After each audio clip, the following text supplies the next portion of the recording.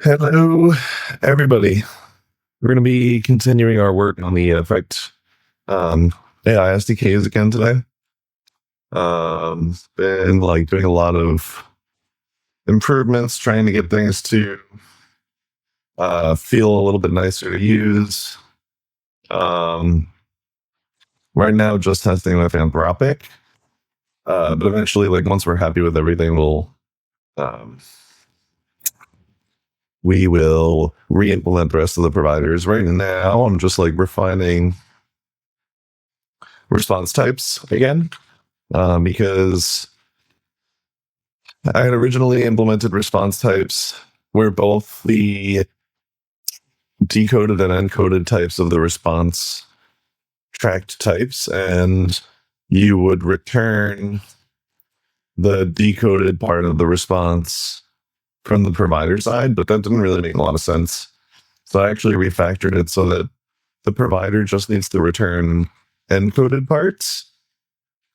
And then the base SDK will handle decoding everything for you, which reminds me, I actually need to check that here.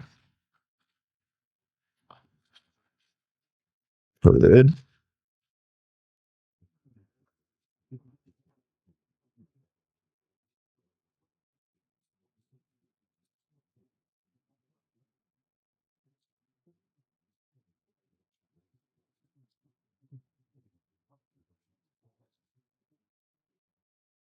Yeah, generable.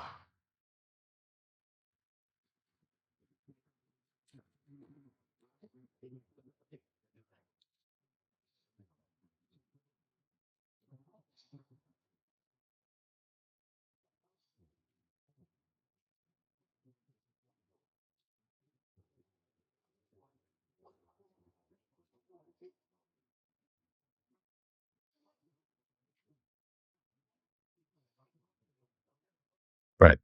Okay.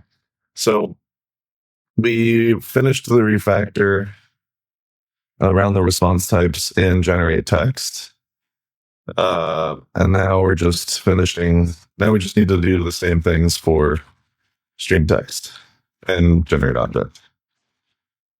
So let's maybe scroll up here. So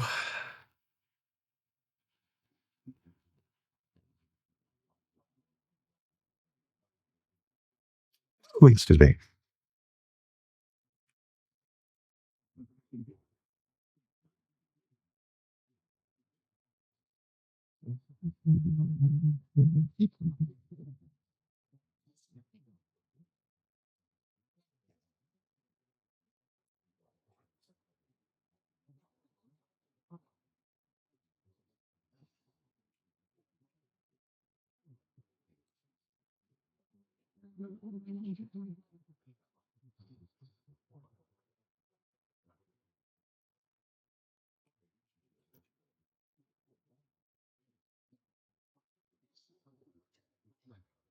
Uh,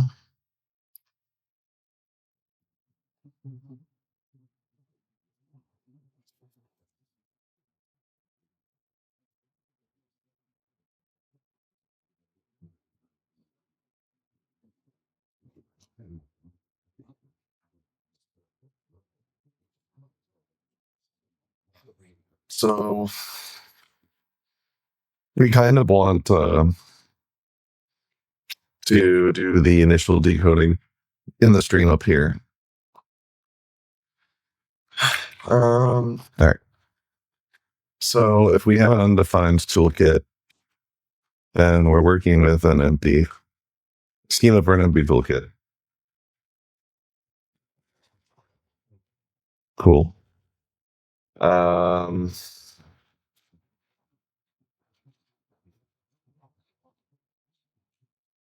And we should be doing count stream equals params.stream text provider actions web type name.map text.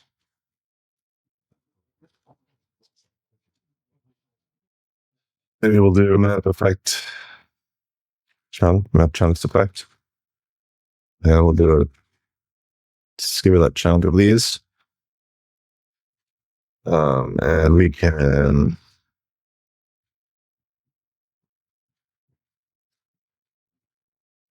encode.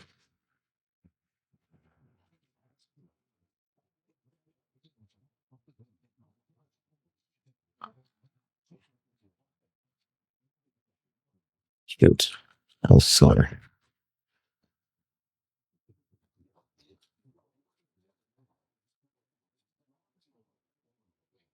Cool.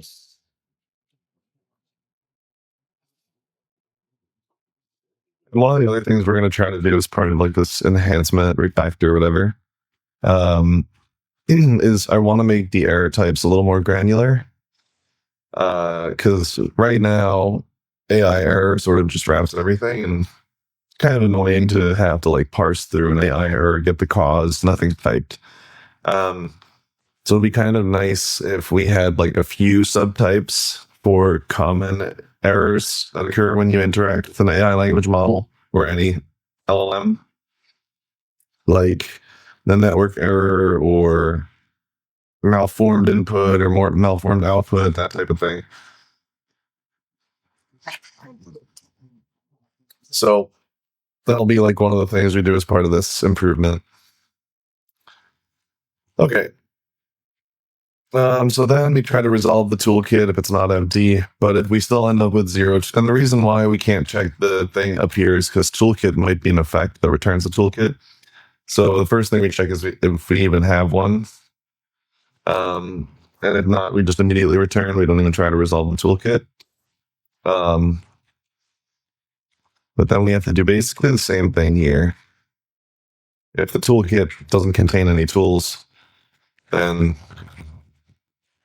we can just use an empty toolkit to decode the response. And then finally, if we do indeed have a toolkit, we can construct, we can do this. And instead of this, we will have, one second.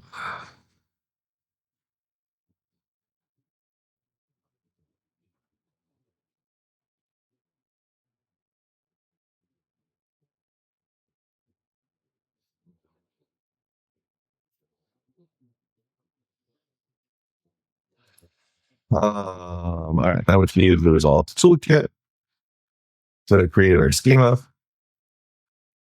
And then we decode everything.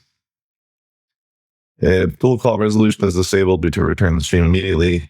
But if we do have tool call resolution enabled, then we need to resolve the tool calls and merge that with our content. Cool. Why is this not happy?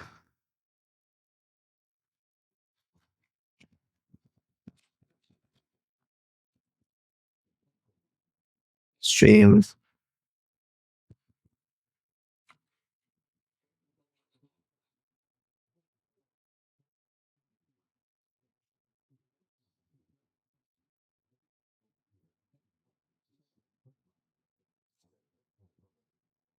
Somebody.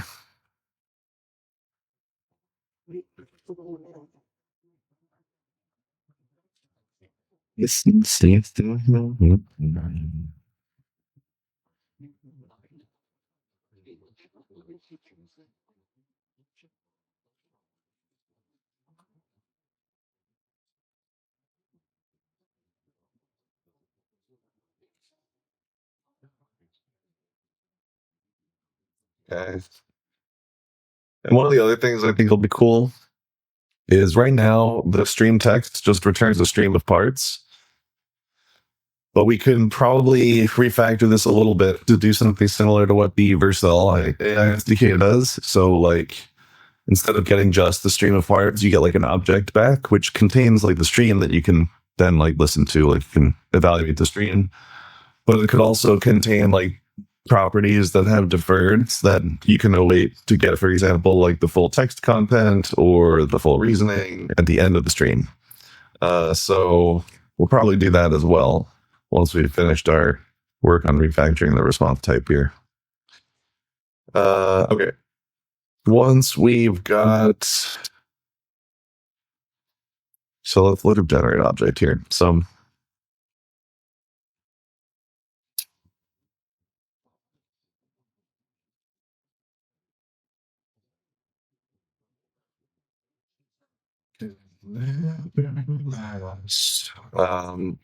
here I think we can just do what we did.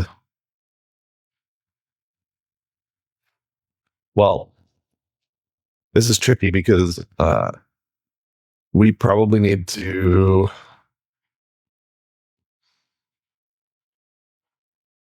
let's think here a second.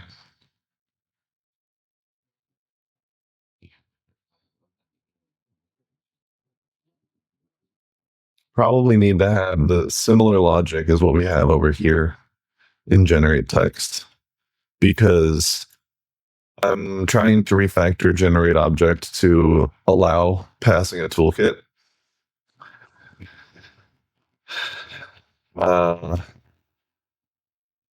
For providers that support, because like Anthropic is a provider where you have to force a single tool to allow a generate object to work, because you basically like tell it like, here's a tool, generate the parameters for this tool, and then you extract those parameters, and that becomes like the structured object. So you're kind of like never resolving the tool call that comes back. You're just like abusing the tool call thingy to get the structured object back. But for providers that do support like true structured objects, like OpenAI has like a dedicated API for it, we can actually pass like other tools along with our generate object request. So in the previous version of our SDK, the current published version, it's not supported to like pass the toolkit, but I want to like make that supported since it is like a valid use case. So anyways, let's just bring all this over. So if we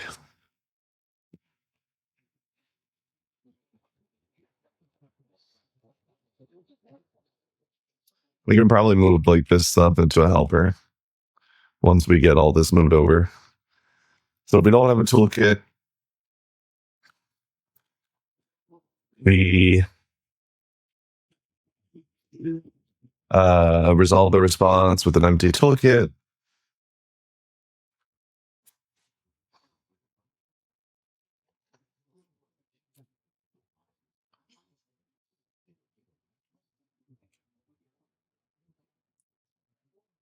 We may have to fake we're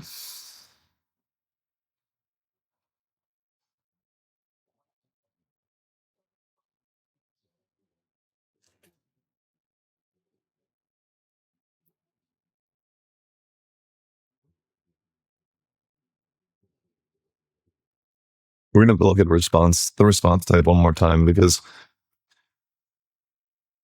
tool call parameters are decoded in the tool call resolution, are decoded during tool call resolution.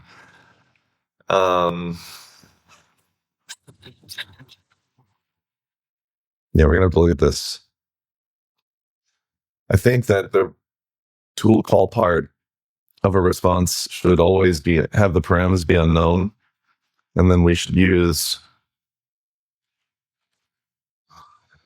well, we'll get there. We'll get there.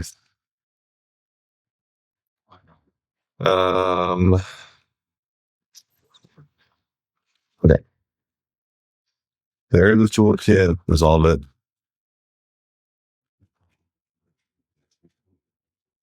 If the resolve toolkit is empty, we return immediately again.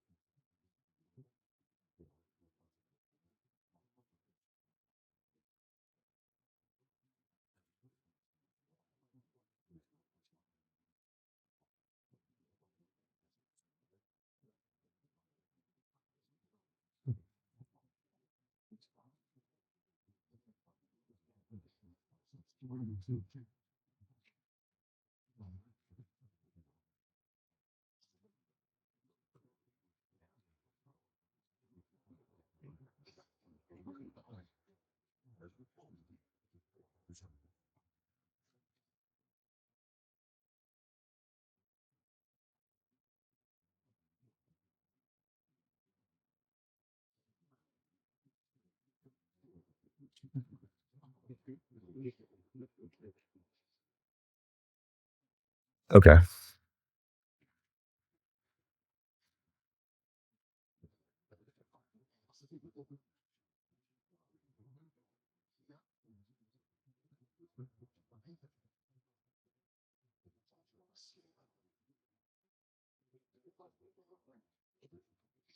Okay. So at some point in here, we need to do this.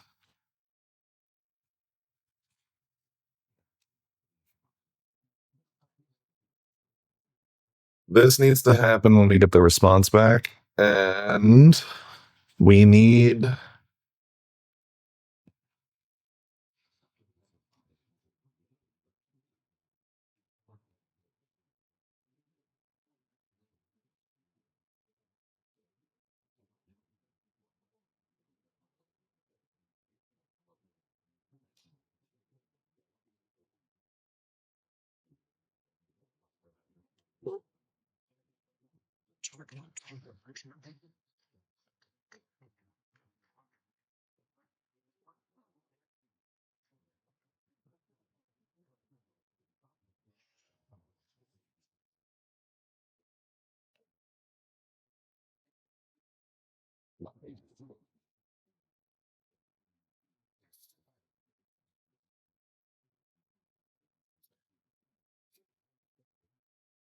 we want the decoded response probably. Let's implement a function here that we can use and then extract.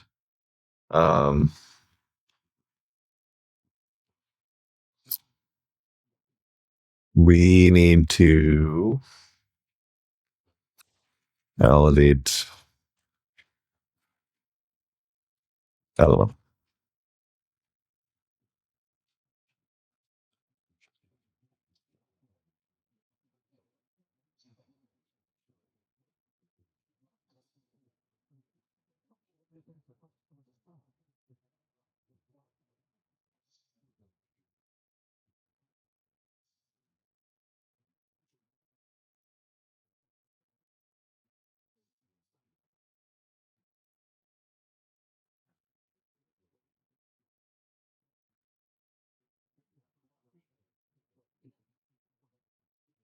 Okay.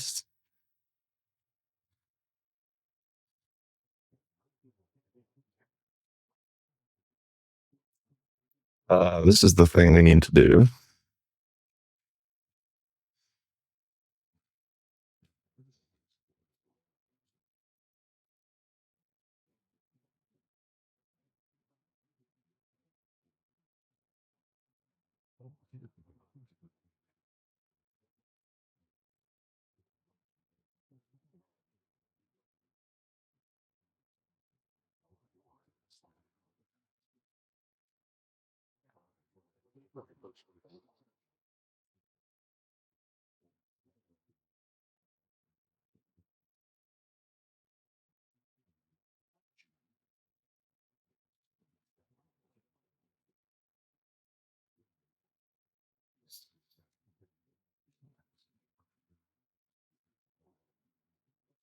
So we get the decoded response for every part because we're refactoring like structured objects to kind of work a little bit more like Vercel's AI SDK, where we from the provider side of things, we return the structured object as just text.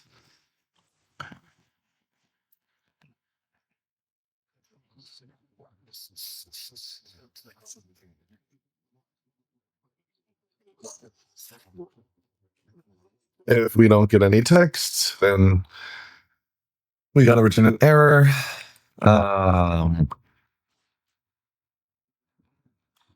If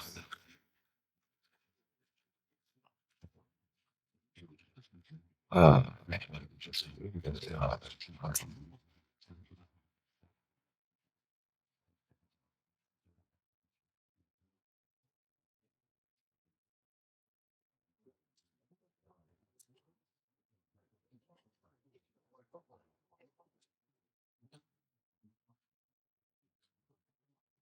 we'll call this like results schema.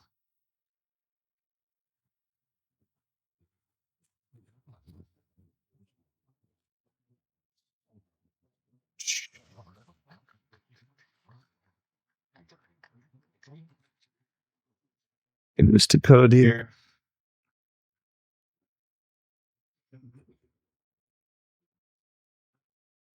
We can actually just do this.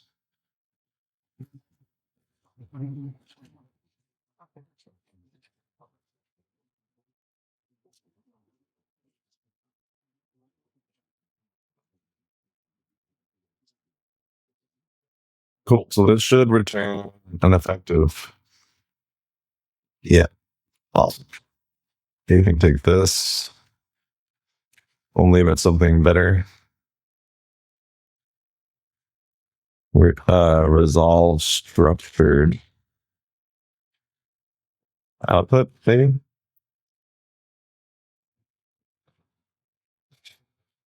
Go back here.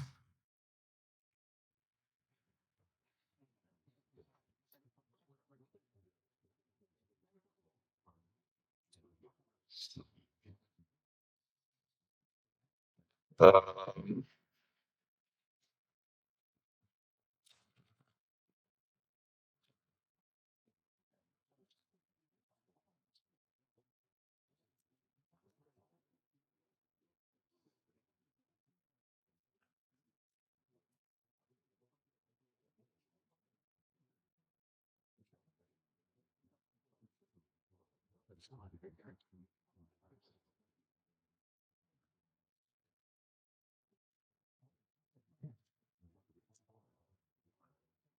I forget what this is supposed to be. This is supposed to be value and content. Okay. Value.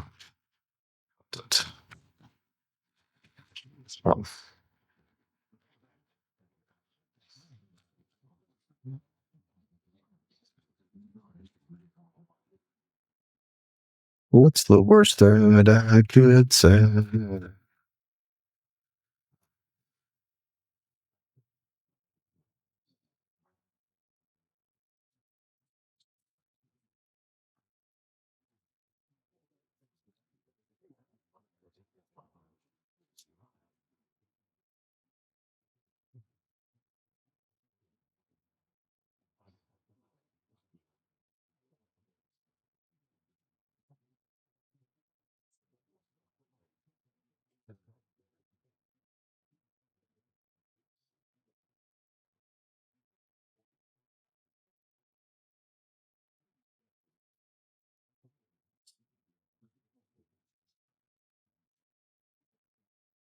Okay, we'll go back and we'll fix this and generate object in a moment.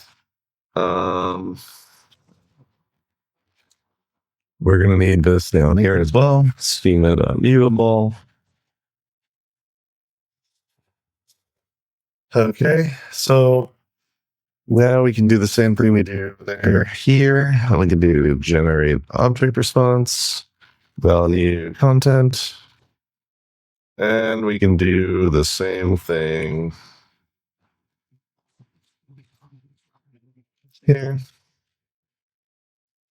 Generate object response. Whoops. And finally, we can do the last.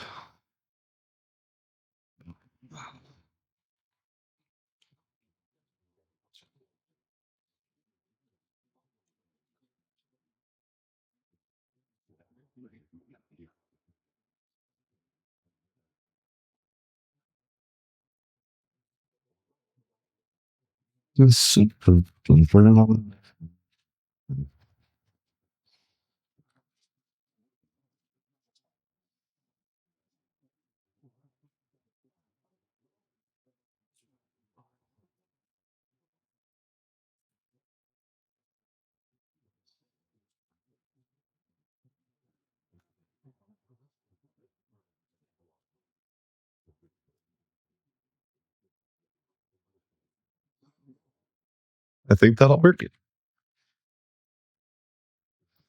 Let's go up here and fix this and generate text.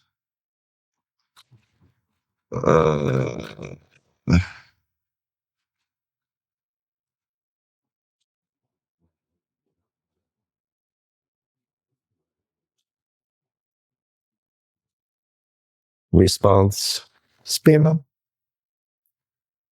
Schema not mutable. Let's take this, put it here. Else schema. Do that one more time here.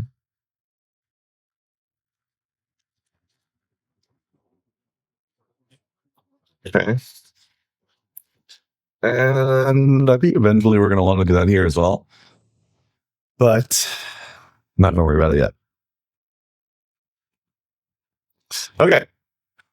The last thing we should think about, long tool calls. So in our tool call handler,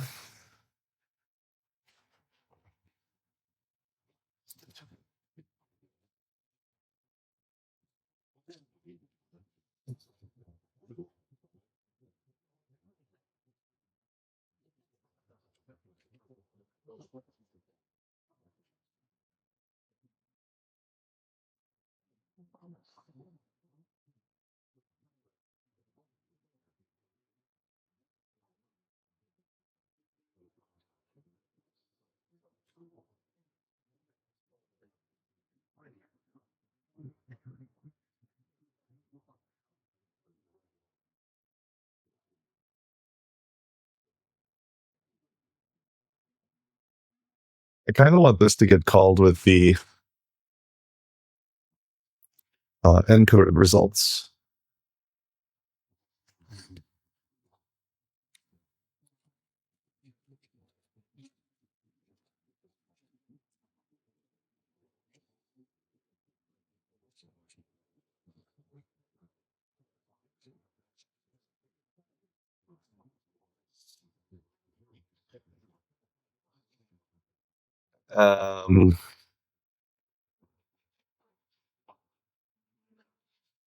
There are two things you're going to have to think about here. One, write this down. Mainly, nice. We need to think about how provider defined tools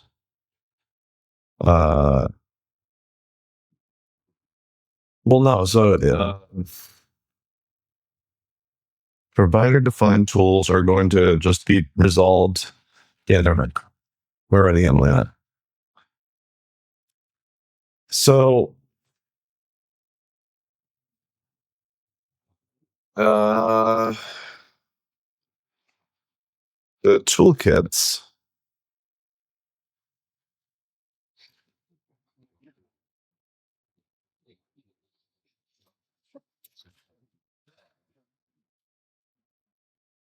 it's no news.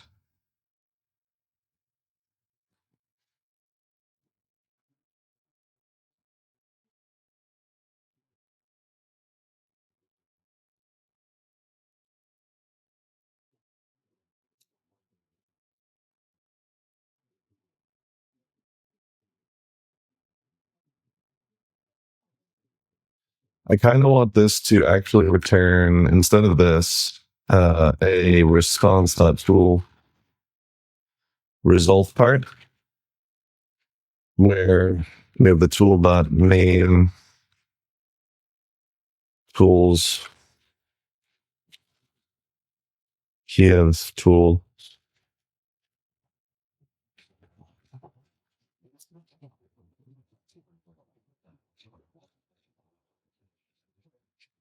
So this will give us the name. This will give us that. And then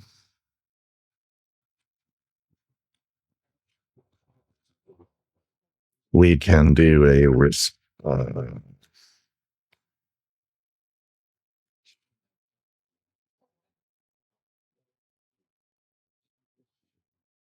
You can actually return an encoded tool call part here, because if I call resolve tool calls before I decode the response, then the decoding the response will decode the tool call for me.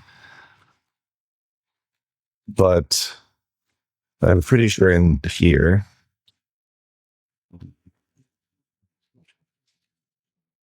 this decodes the parameters.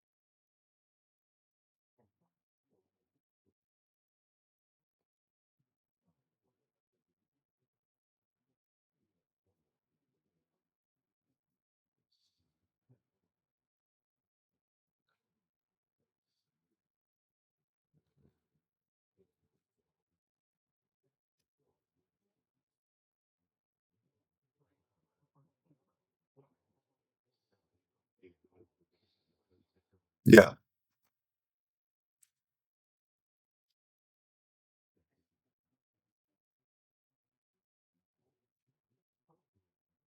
No, we can do this. Response make part tool result. This is going to be tool.id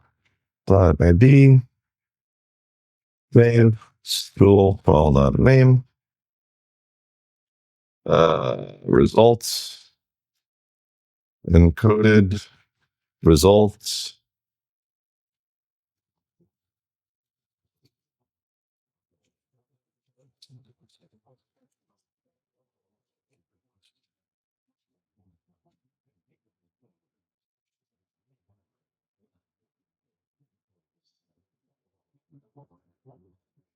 Is provider defined is going to be tool.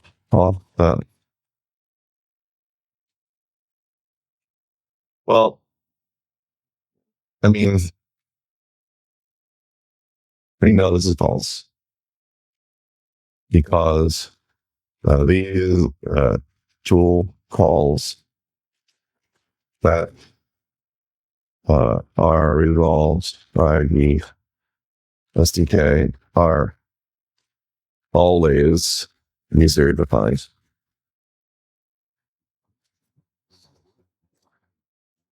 Big Sexy, what's up? How's it going?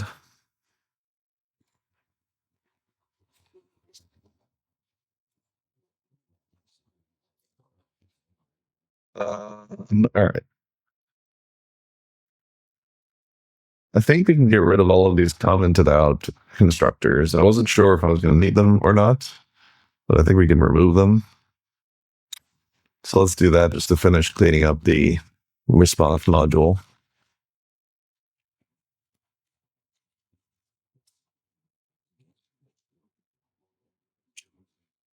There has been a lot of experimentation that has gone into this refactor so far. I think we're like starting to land on a pretty good structure for having type safety in both inputs and outputs. So that's nice.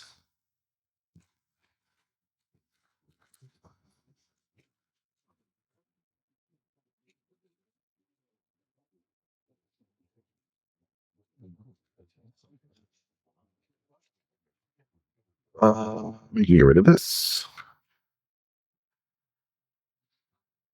Okay, hold there. All right.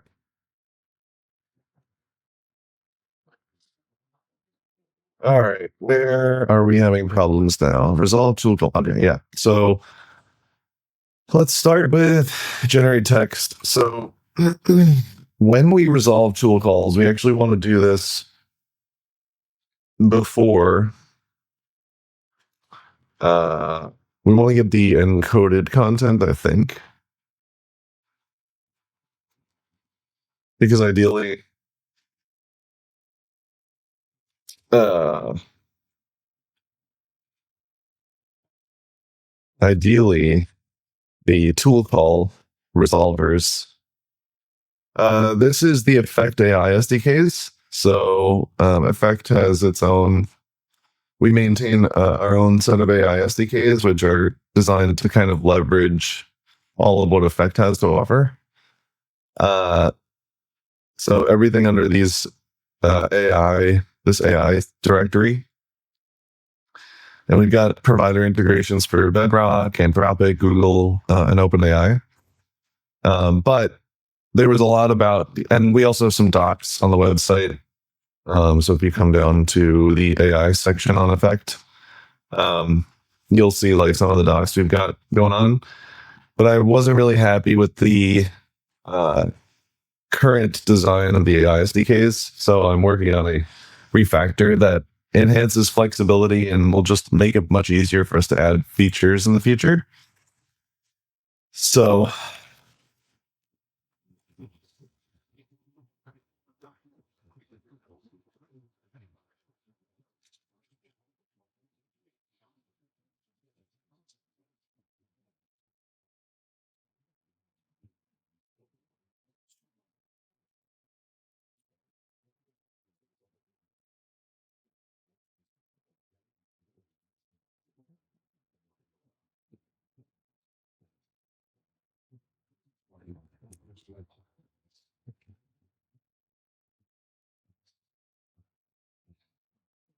okay.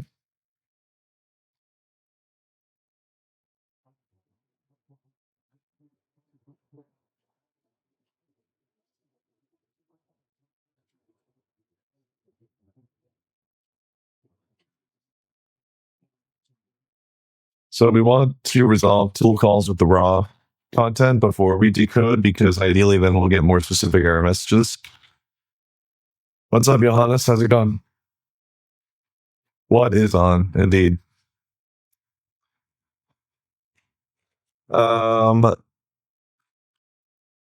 So now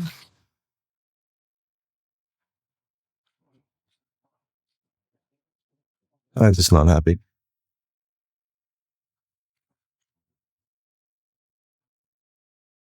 And exploring something relevant, interesting that could be relevant here, feel free to share.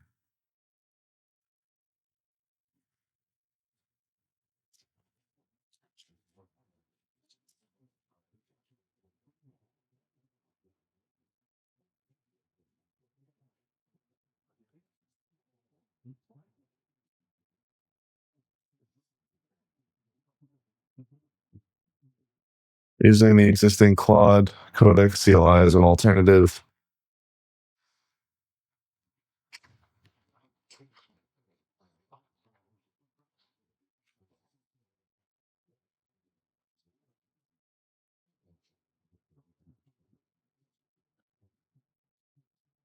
Generate object. Let's do a fix generate object really quick.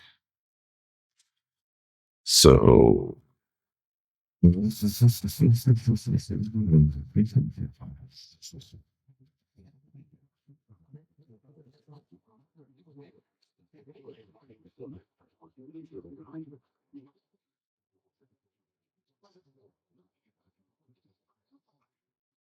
and then we can bring these down here. Do this. Do this.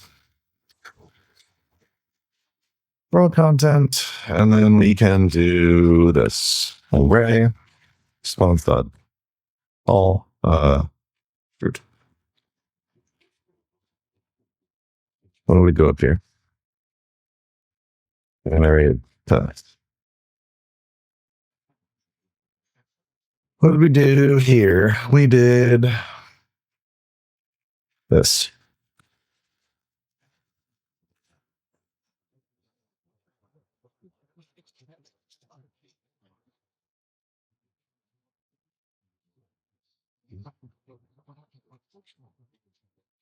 Yeah, I like that.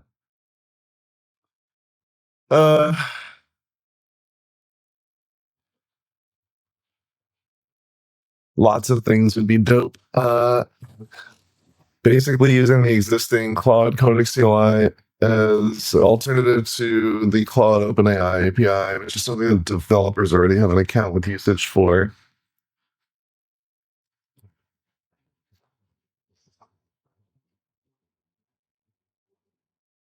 Yeah, I mean, we could consider providers for that type of thing in the future, but I don't think it will be like an immediate priority. I think that we're going to focus on like getting some other provider integrations up and running. Like, I would really like to get an open router provider integration implemented after I finish off with this refactor. All right, let's go take a look at stream text. Oh, got such a headache today. So, all right, tool call resolution here. Map chunks effect. So this stream, we actually want the encoded stream at this point. So we can take this.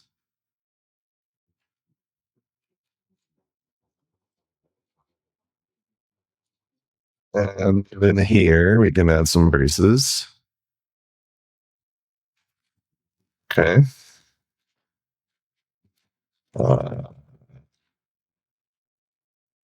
And here.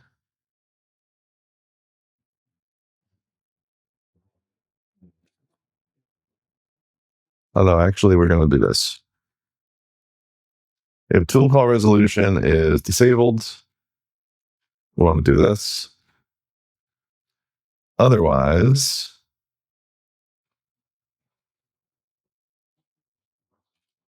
I want to do params.string text provider options pipe stream map chunks effect.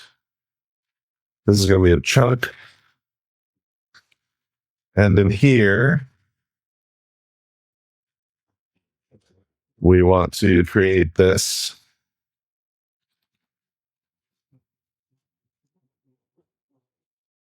structure because what we really want to do here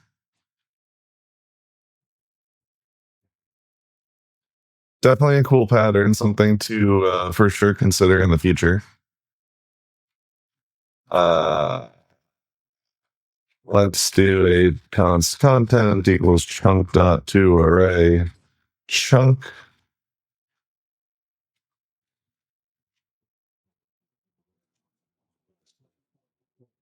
Cool. And then we want to turn effect text dot map.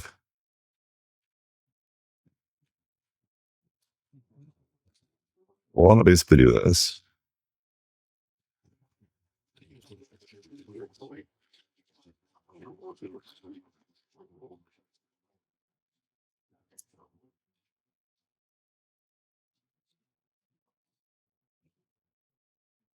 Actually, let's make this a little clearer. Type the function on paste function star.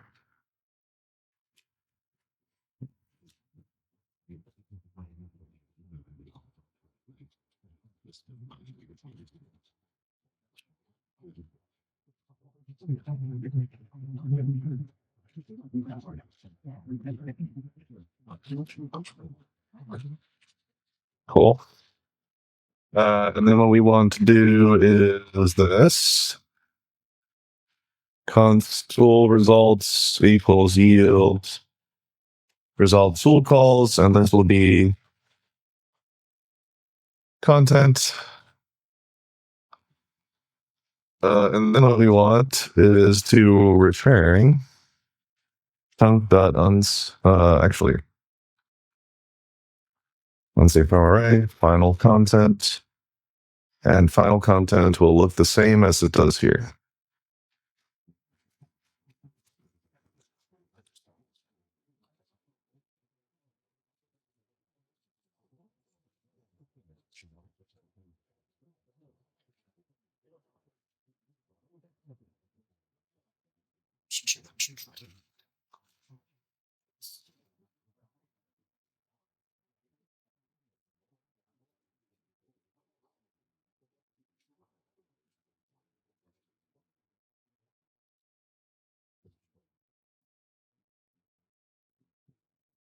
This is unhappy.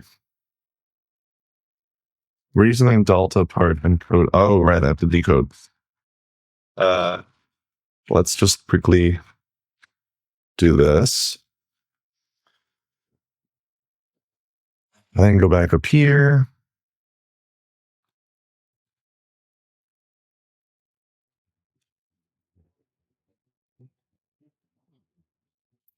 Oh, we already have the thing, right? So this should be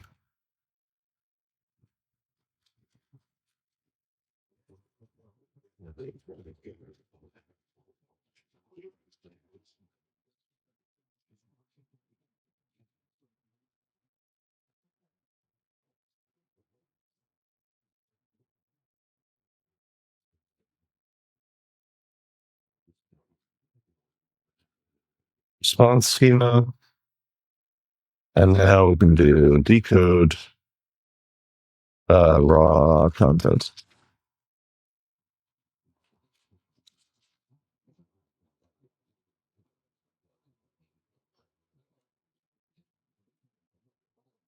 Cool.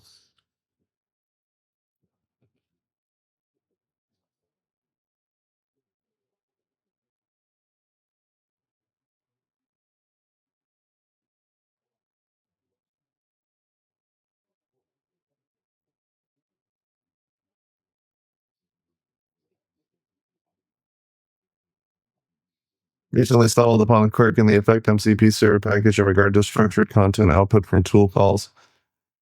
The MCP set expects as it has to be a JSON object.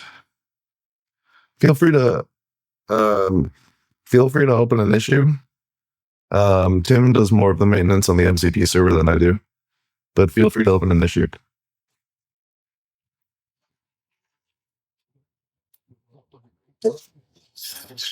We'll definitely take a look at some point. All right, let's see if this works.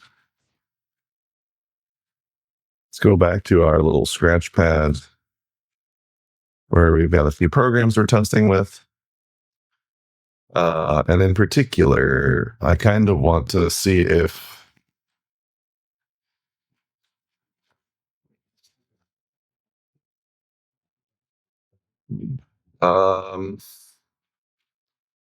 let's actually just do text generation first. So one of the things we're adding in this refactor is the ability to call provider-defined tools. So you see I've got Anthropic's web search tool embedded in my toolkit here. And you don't have to provide a handler for those because obviously those are handled server side. So let's just see if that worked, if this is working. It's going to take a while because it's going to do a whole like web search and everything like that.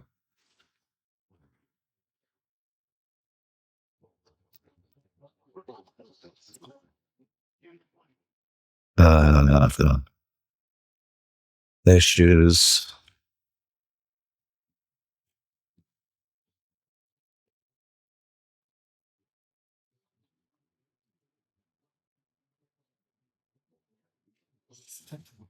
Let's see here.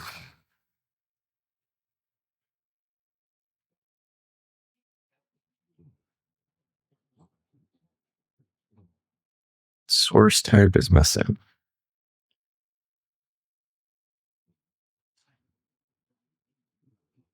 Um,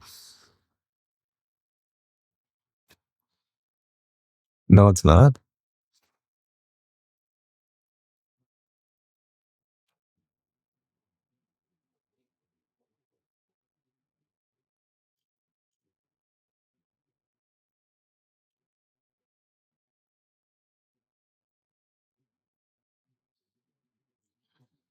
So let's see. It's got an issue with the first element of the array here.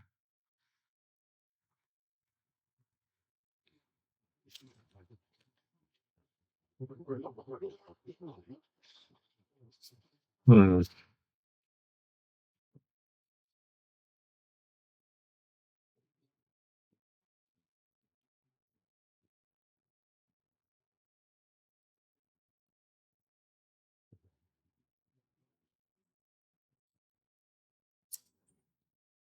Wonder why it's got a problem.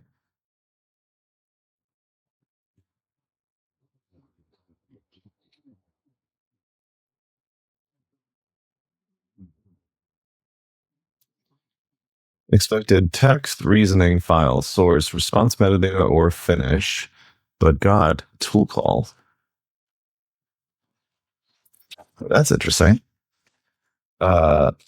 Let's go to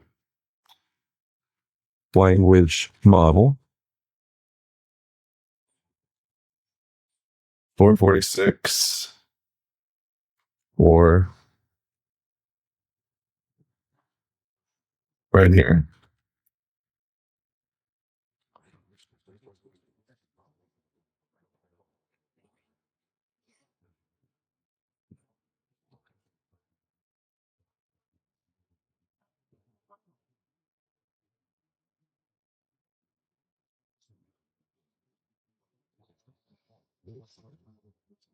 Hmm.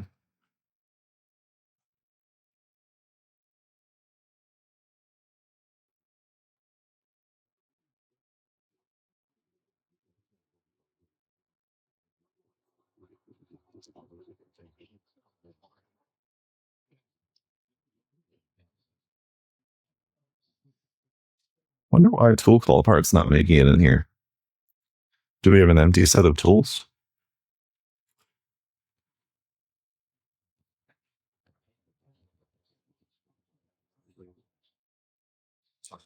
Mike coming in with the Italian song requests. Very nice.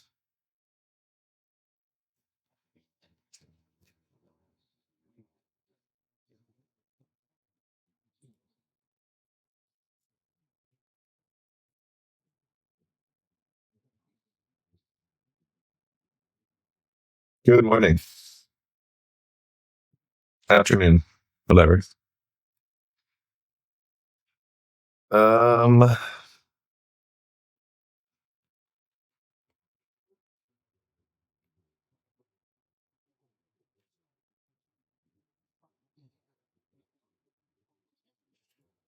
nice.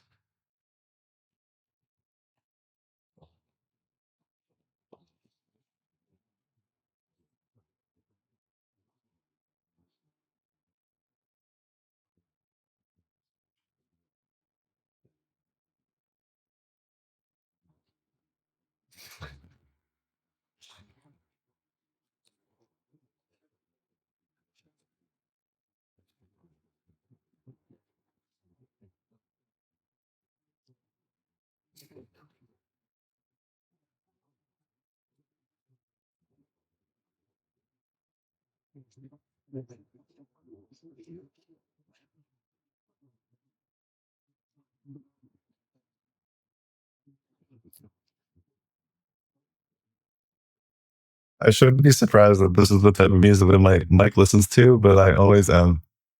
All right, so tool calls and tool results are empty, which probably means I'm doing something dumb with when converting to a handler. Toolkit commit. So with handler should have the tools in it, and I think I'm forgetting to include the tools. Handle.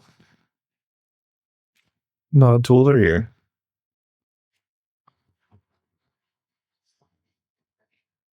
Either that or 70s hard rock. Yeah. I'd be good with 70s hard rock.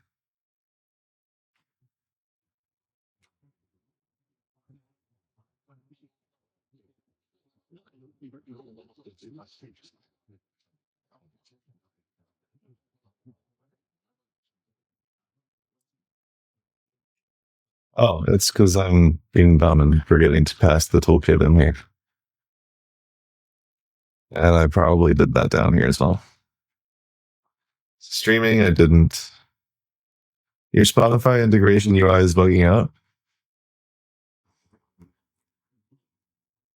It's supposed to cycle. It gives the queue of songs. It does cycle maybe a little too fast, but it's the same output that you get if you did I think some queue.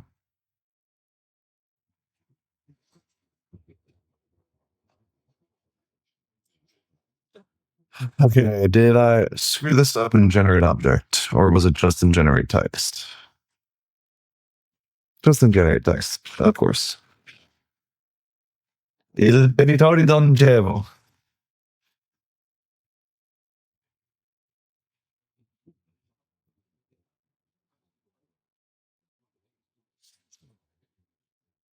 Cool. So we're doing pretty good here, I think. The one thing that I'm not 100% sure on is when we construct the schema for parts.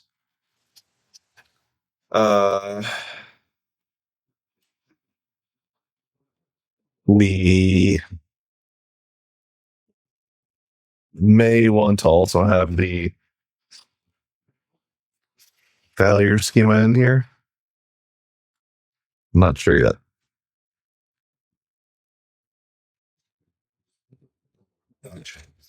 All right, I'm gonna request a few songs before Mike requests anymore.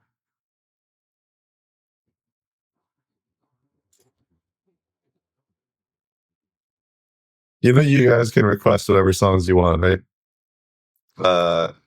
All you have to do is click the channel points button at the bottom of the chat and paste the Spotify link in.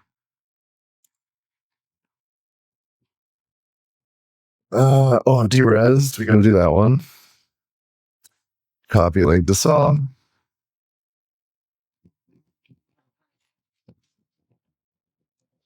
And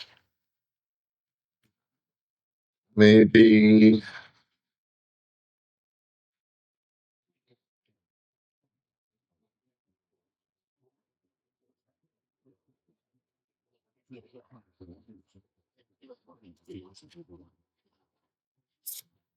yeah, any songs you request get put into my Spotify queue. Uh,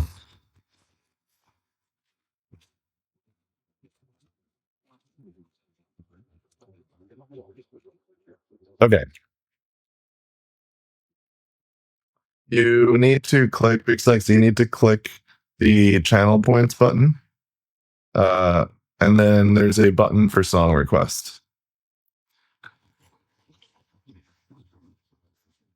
And then after you click that, just paste the Spotify link in. Yep, there you go. All right, so this logs out the full result. This should be type safe, so we should have, yep, we got all the tool calls in here. And if I just change this to result.text and I rerun this, we should get the response text back. I don't know why web search is taking so long today.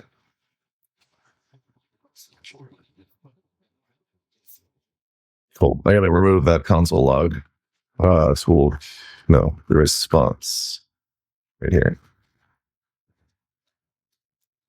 All right, let's test to make sure streaming is still working.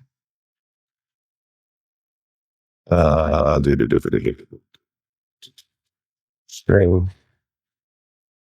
I really need to spend some time after this refactor is done actually creating a test suite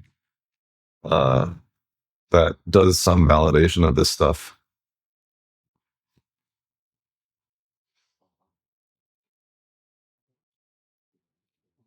Cool.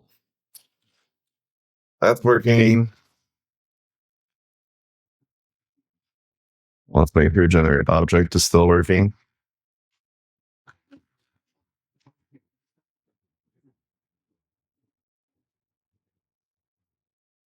Nice.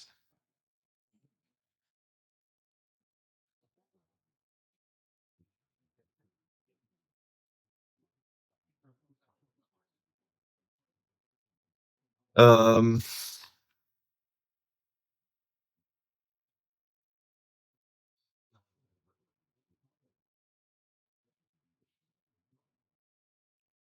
you know what we should do? Fix the tool follow result part, because right now this result thing should actually be a schema.union of the success schema tool failure schema. Because specifically provider defined tools, I mean, user defined tools can also do this, but like provider defined tools can return certain error types. Like if we look at Anthropic's web search tool, you can actually get like a web search tool result error, which has like an error code and whatnot, like associated with it. So, and we should also make sure in our toolkit in commit,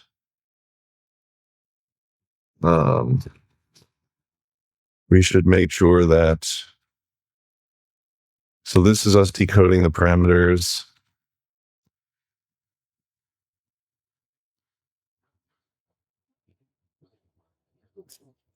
I'm still not 100% sure if we should fail with the decoded error. No, we're not, are we? Yes, we are. I'm not 100% sure if we should be failing with the decoded failure or not for a tool call. Like for user defined tools, we fail. For provider defined tools, we don't. Because like the error that you get from a provider defined tool is like an expected thing that could potentially happen as part of the response. So, yeah, I'm not 100% sure.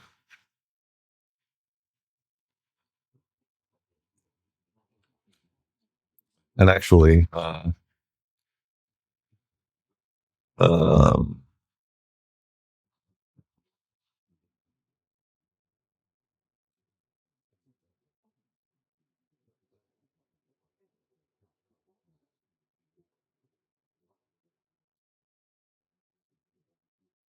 I feel like we shouldn't fail. I feel like we don't want this to crash our program, but it's hard because for provider defined tools, it could be an error. And right now, if we take a look at the way the types are working, let's do this and just generate text. If we take a look at the way that the types work for host hard result.content is type.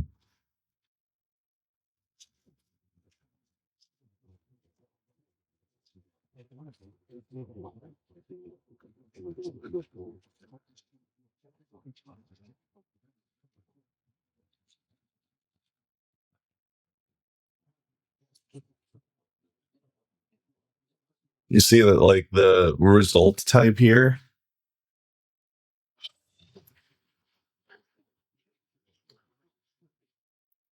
like I wonder if provider defined tools we should only have a result type. I think that's what we'll do. Um,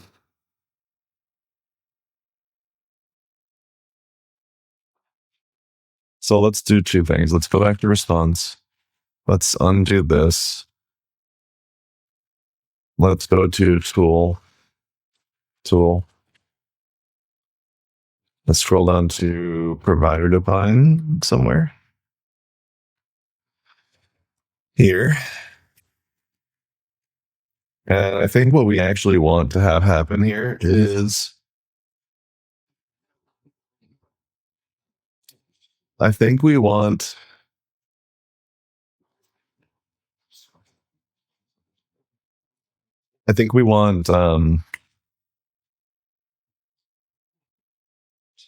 instead of having like a success and a failure type, I think for provider defined tools, what we want is a result type, which can be an either of success or failure.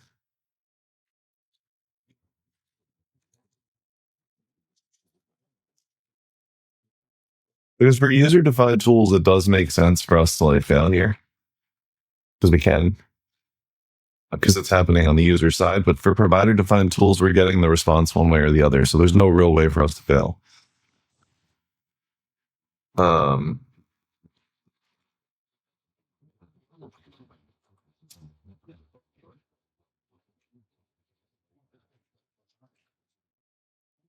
I don't know if this is going to work.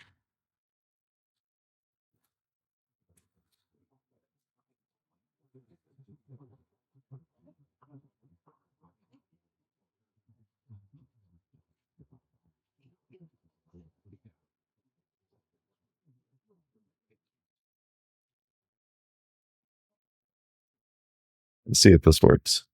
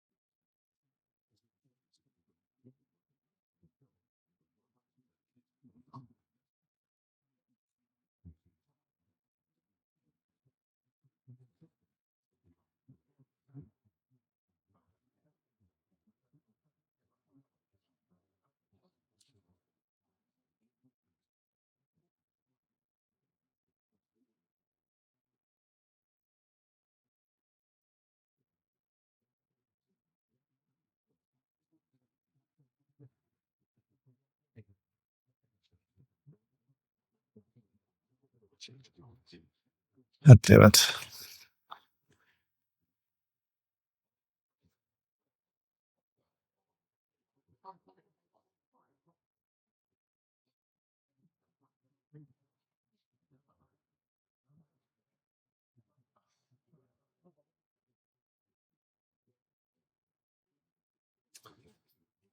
Hmm.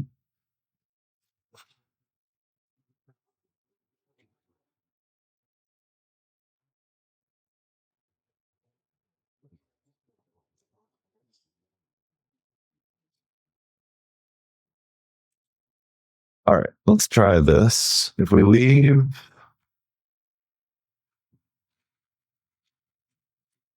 this alone,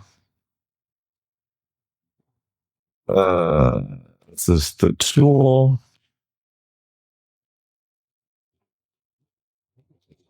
And for provider defined, what if we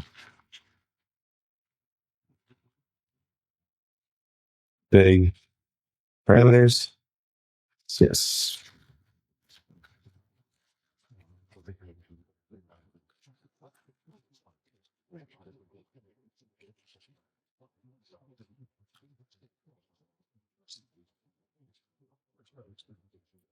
Success would be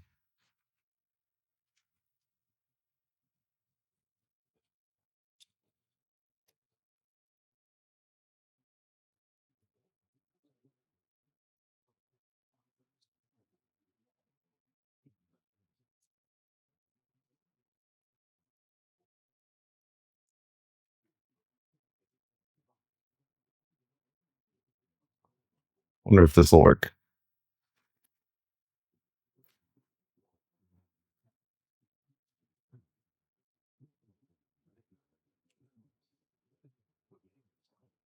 Big success type. Yeah, this will be either.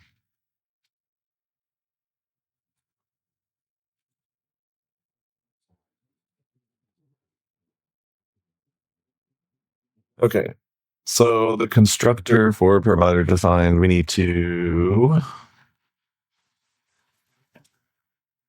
can still do this.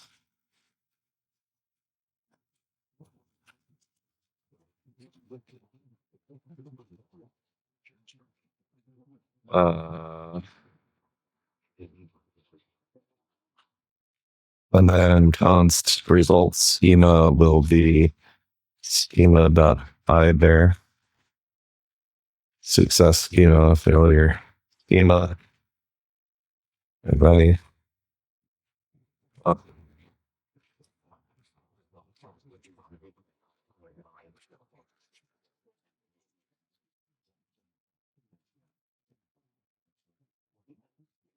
Make sure I think I have this wrong.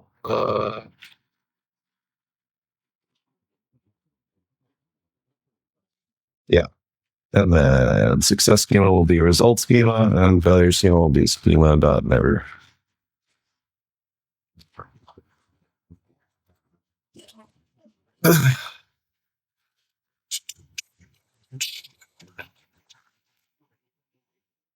Now,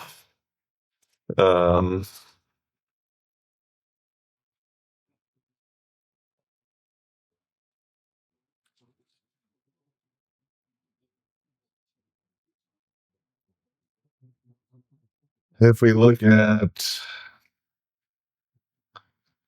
nice, now we can do things like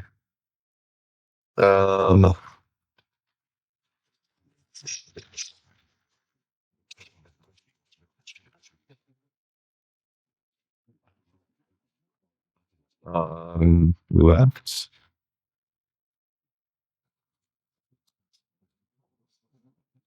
Yep. And then we have the error type and right.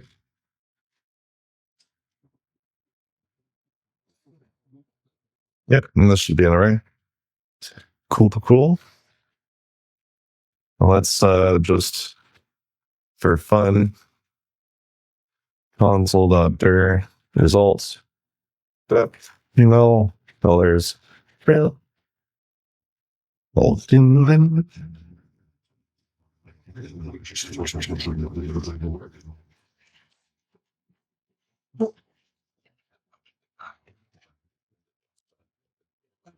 Uh-oh.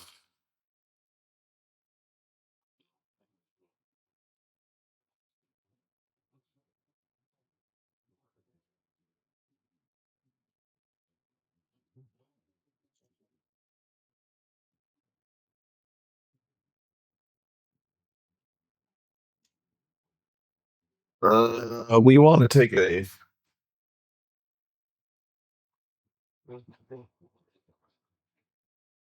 Oh yeah, right. We got to. In the Anthropic language model, when we have web search tool results, we need to check if so if we have an array, our adult content,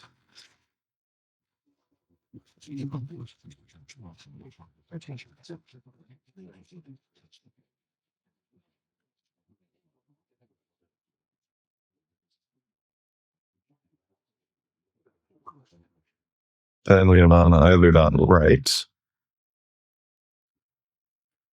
Else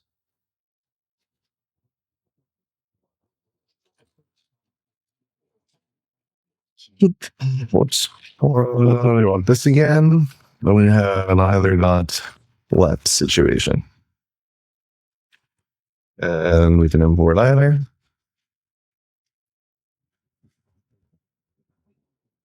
Now, this should work.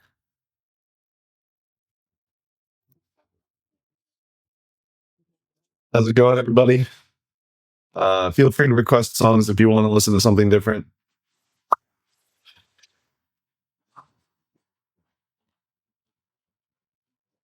What's the problem here?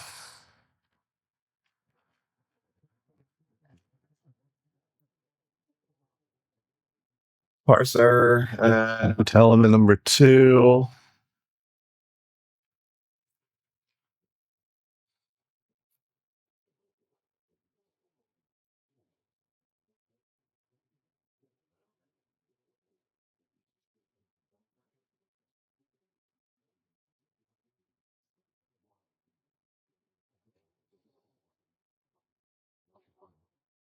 Encoded side transformation failure.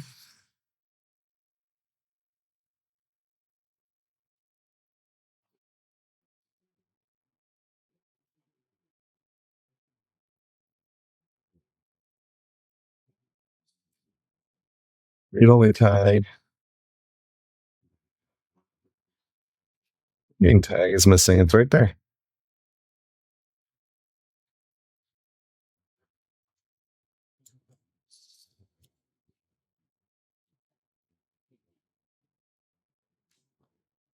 Maybe it's got to be an either from self.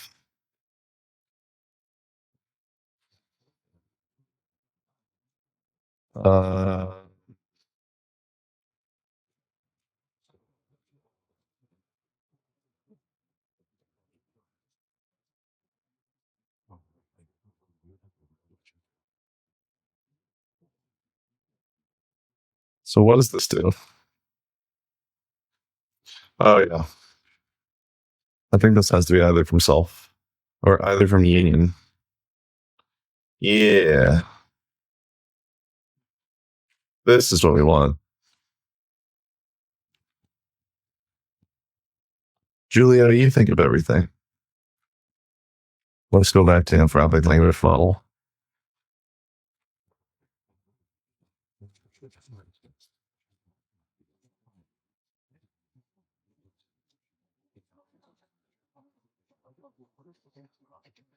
I think this is what we want. Let's see.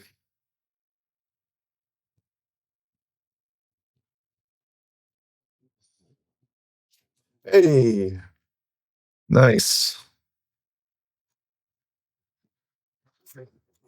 Cool.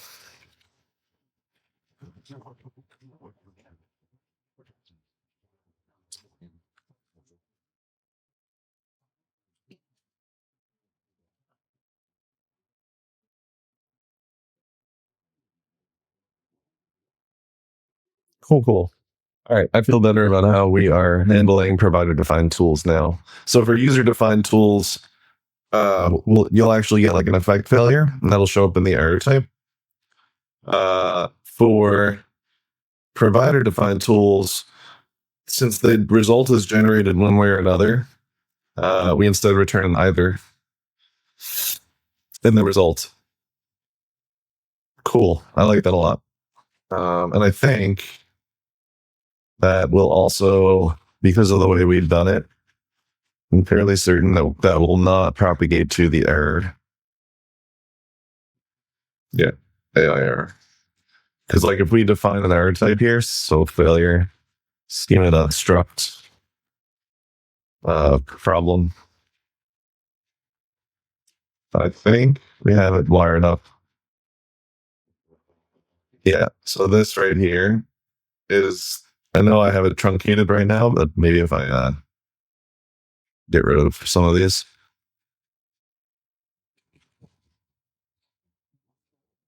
Yeah, it's because of my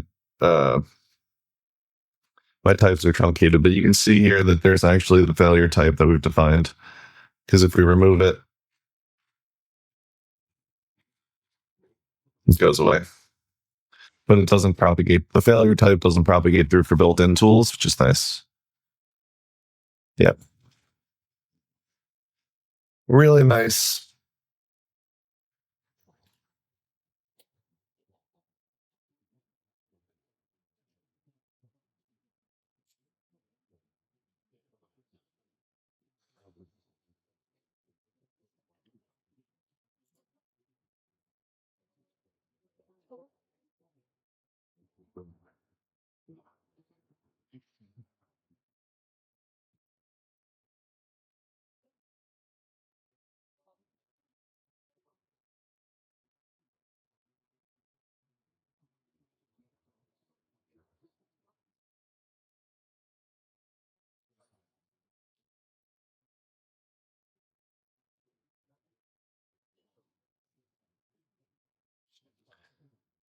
All right.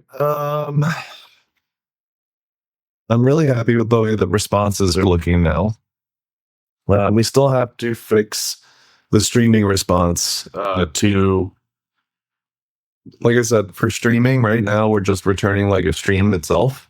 But what I'd like to do is kind of what we did with generate text, where you see you actually return this like generate text response type, which has properties on it. Like you can get the content, the finished reasoning text, all this stuff.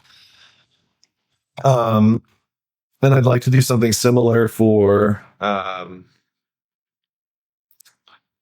the streaming situation, kind of like what Vercel does, where to grab the text off a streaming response, for example, they have a promise that you await. So we can do something similar, but instead of using a promise, we can use like deferreds, where you await the deferred.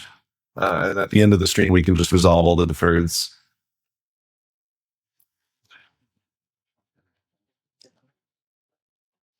So that could be what we do next. Um, but let's go ahead and like commit this. Get everything in packages.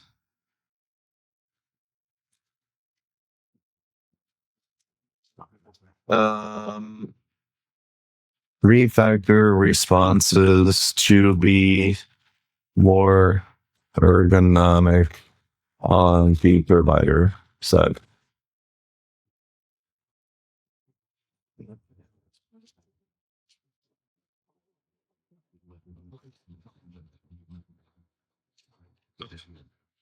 So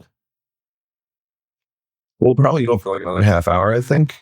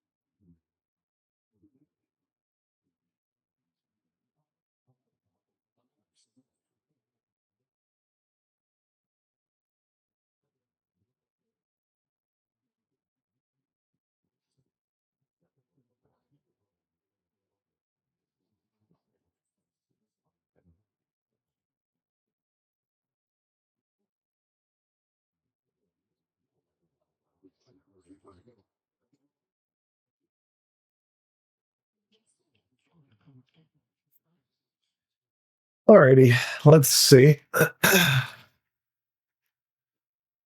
think I kind of want to tackle this stream type thing.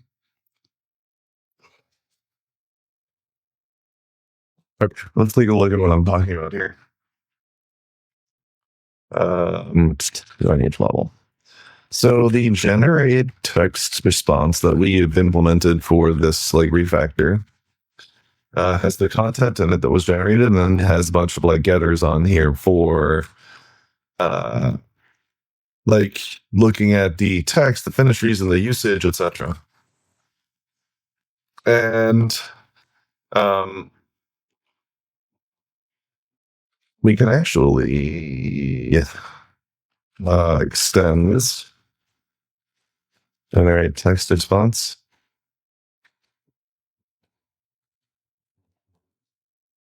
Rules. Super object. How it goes.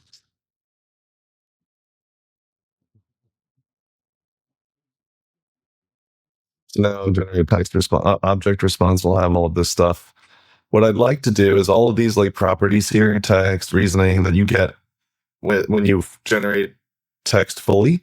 I'd like to have these be like deferreds off the end of a generate stream response. So let's mock out what that would look like. So export class generate stream response tools extends record string pool dot any extends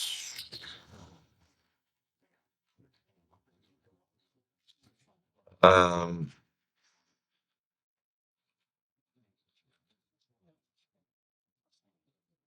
and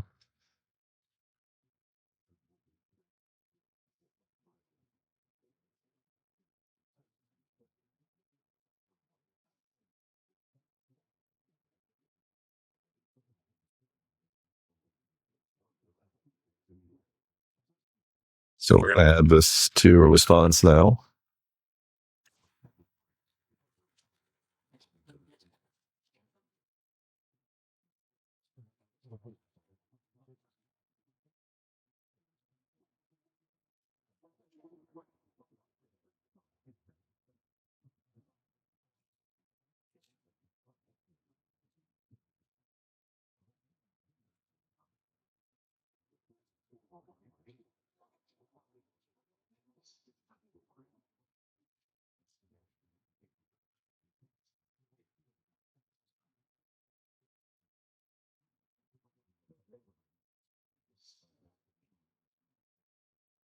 Uh, this will be part array part, and then the failure scenario will be an AI error, because if we fail the stream, we still want to resolve these deferreds, but we're going to resolve them with a failure deferred.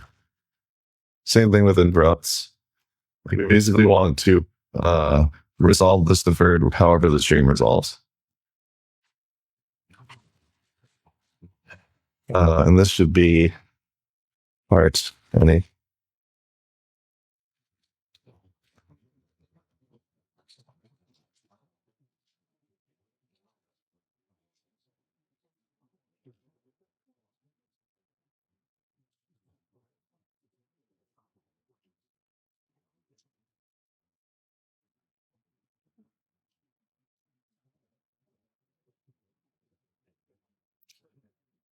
So basically, like the content will be deferred, and then like any other properties we want to add to this response would also be deferred.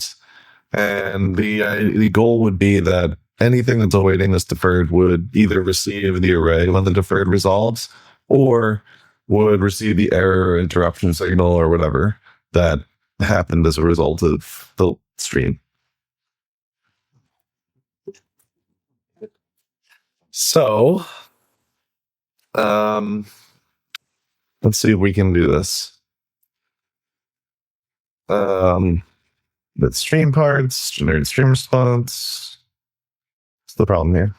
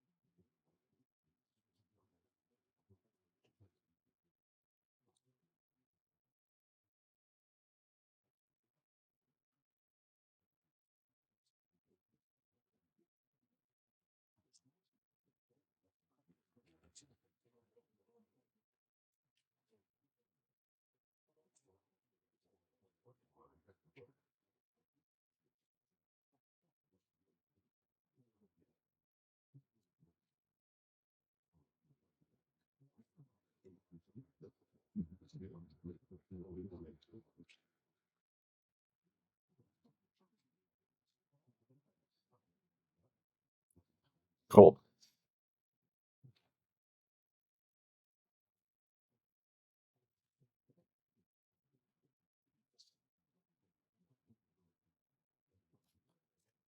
Move from here. Turn the lights down now.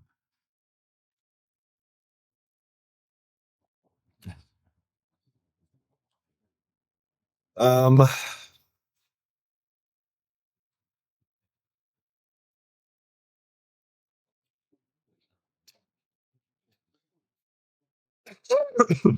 excuse me. This is tricky because we need to propagate like the full stream in. So this would be a constructor that takes in a stream, and the stream is going to need to match this.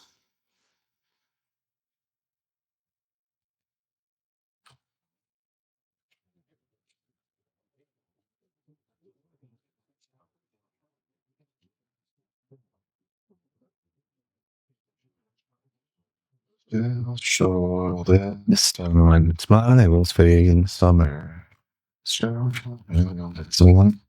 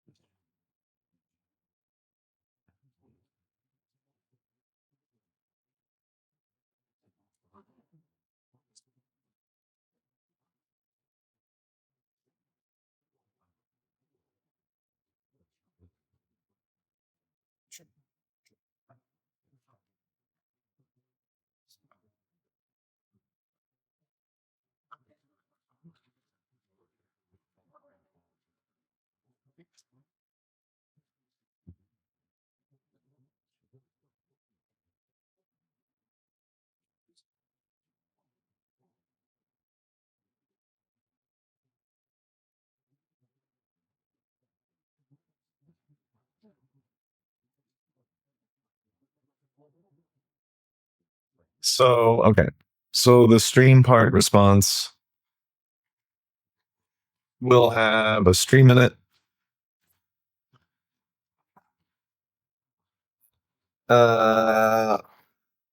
And we are going to need to do some stuff to this stream.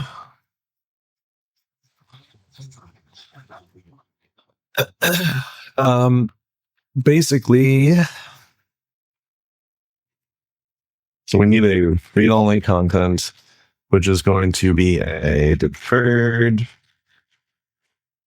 of array response stream part tools AIR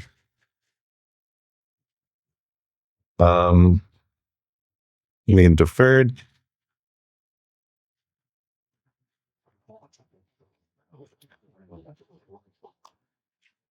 We have a stream dot. Is it okay to run sync, run promise, an effect within a callback handle when I don't control the invocation of said callback? I know it's ill-advised to run an effect within an effect. I just don't know what alternatives I have. For those situations where you're at like an execution boundary, depending on whether or not the callback is single shot or multi-shot, meaning like, multi-shot callback would be something like an event handler or something where you can have many times that callback's invoked. Depending on what you need to do and like what type of callback you're working with, it may be better to instead work with a runtime. So you can like extract an effect runtime. Let's go to Runtime. Let's see if there's any examples of like what I'm trying to. Let's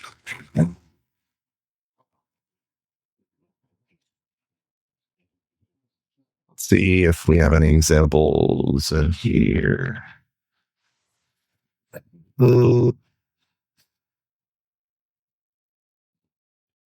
Not a good example, I guess. Or maybe we have it in here, I just can't find it. But what I would say is you could try if your callback is like already within an effect, right?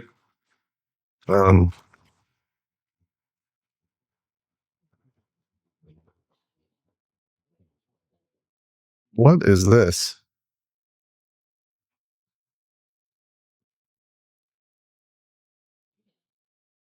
I don't.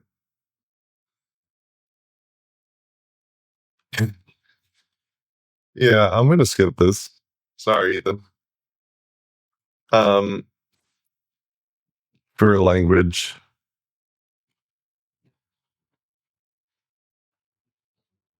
Um,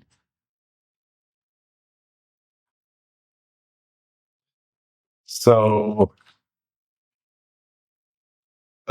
Big Sexy, what I was saying to you before is you can extract like the runtime in an effect, which gives you a runtime, and then you can like yield. So this gives you like the runtime, and then you can. Is your Oh, you're talking Big 60. And then you can use this runtime to do stuff. So you can do like a run sync, for example, equals runtime.run sync runtime. And if we just grab runtime. So this gives you like a function that you can use to call effects. What's nice about this is that you can specify like the dependencies in your program that should exist. So like let's say like I had a language model dependency, right? Then my runtime would depend on this language model, which would propagate that dependency out to like the outer program. And it would like effect.runtime carries your dependencies in like it carries your dependencies, it carries the context of your effect. So when you run sync, you'd be able to run effects that, have this dependency. And it would work on the type level as well. But again, like the question is a little bit too broad, Big Sexy, because I don't know if like this callback is multi-shot or single shot. Like, let's just say there is a single shot callback, right? Like we have some like my funk that does something and has a callback. And then we can use, since we've now extracted this runtime thingy, we can like run sync in here with, whatever args, or run an effect, I don't know. So like one way of being able to handle an execution boundary that you don't control is by extracting an effect runtime and then using that to run effects. And you can run promise in here too. Like if you wanted to run promise, I think it's generally better to lean into run promise so that you can handle asynchronous effects as well. But if the callback is multi-shot, you probably want to look into like streaming.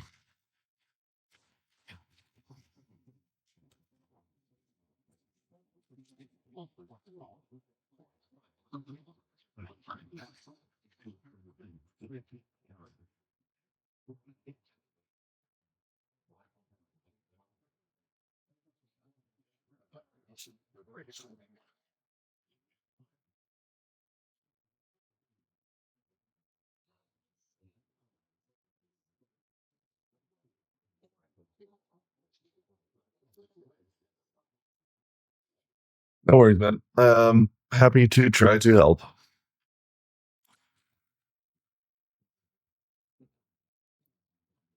All right. Let's see here. Let's go back to our streaming thingy. So we are working on our generate stream response thing. Um,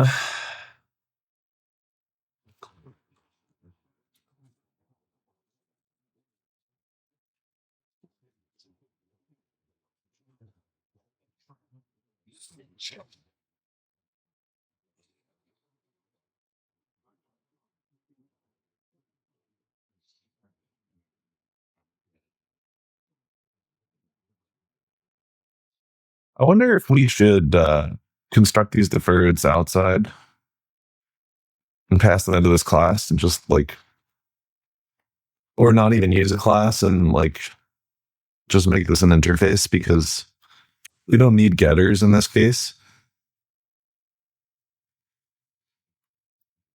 You got to be careful with Ethan's song requests. He's going to get me like banned.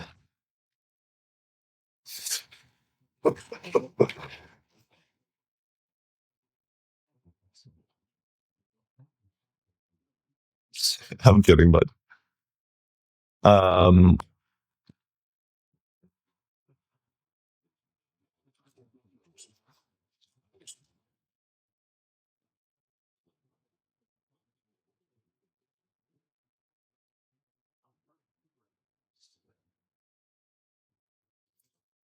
forget if it's streamed on and do I get access to the exit?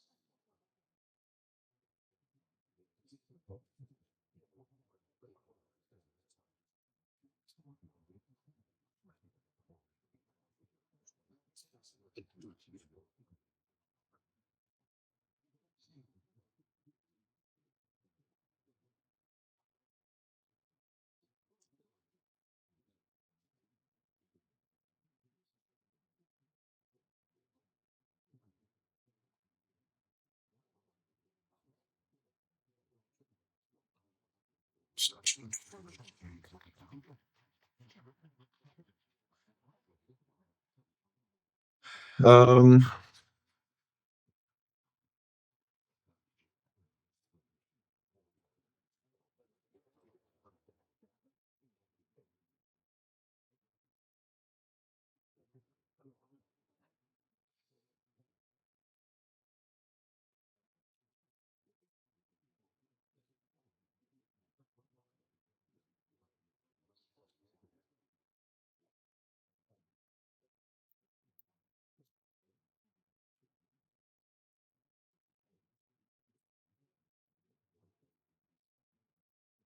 I think this gives me the exit I need.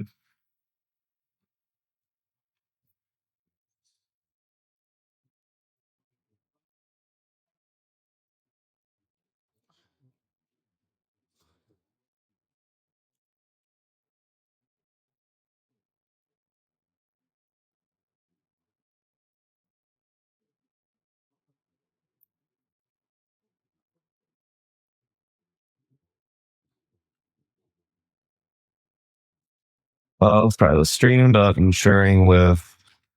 I have no idea if this is enough to propagate the correct signals, but this take an effect. I'm assuming yes. Yeah.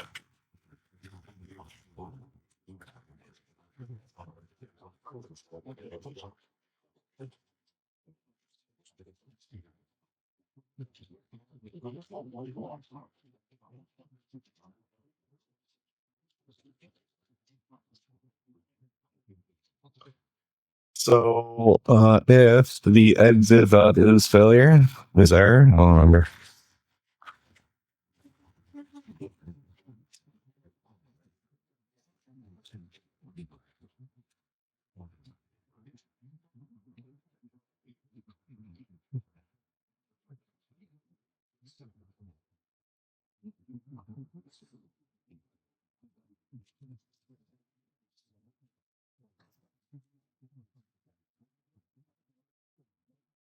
Third, unsave make.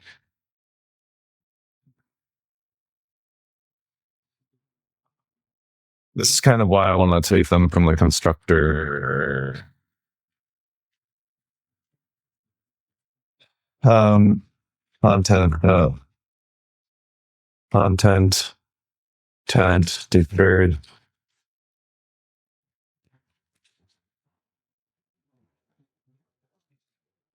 Or we can just do like deferred.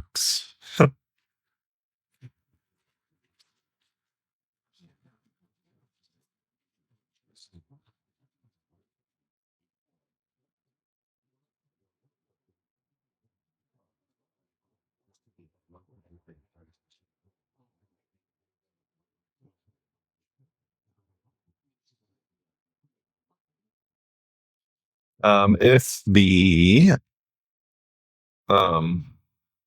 exit is a failure, then we want to return object.values deferreds that map, or actually this is going to be that for each.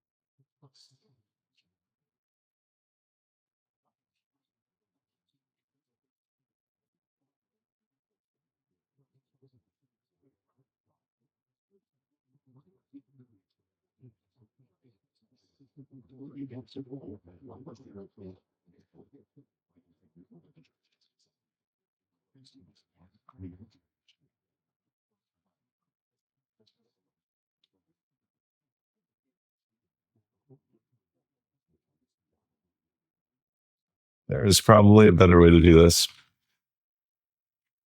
but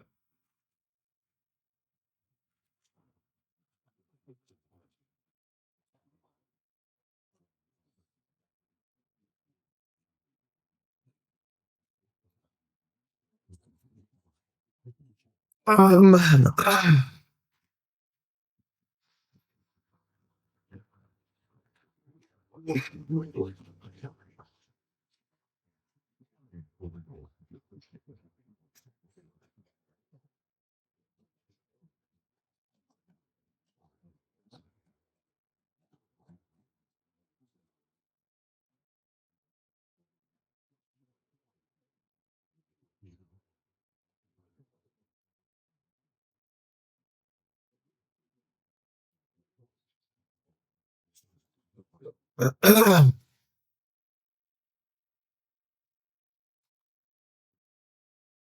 exit, but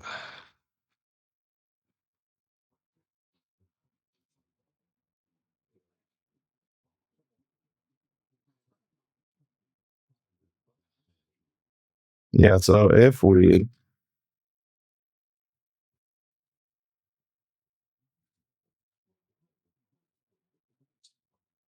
does this work?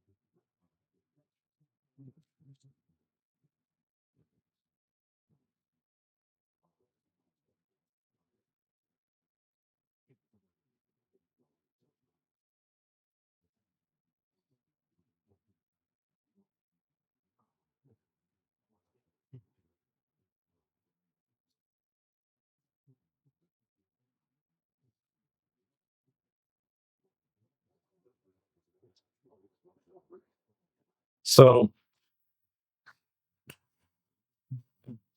and then here to do, okay, this is where we would complete the relevant to birds with string hearts.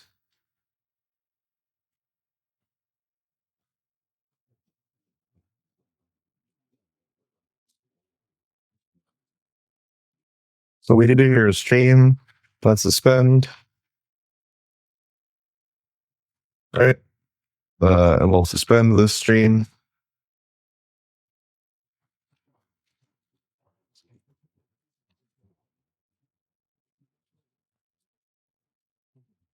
And here we can do a const content equals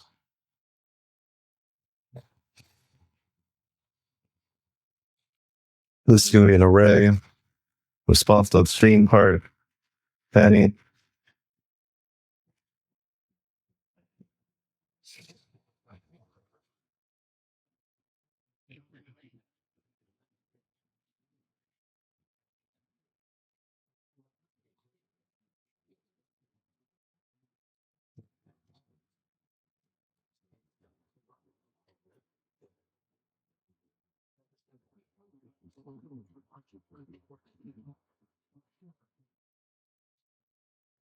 And so here what we can do is yield the bird dot succeed the birds dot content with the content.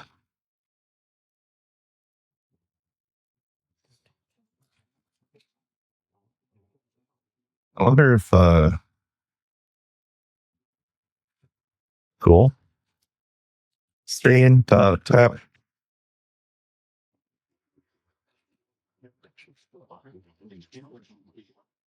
part.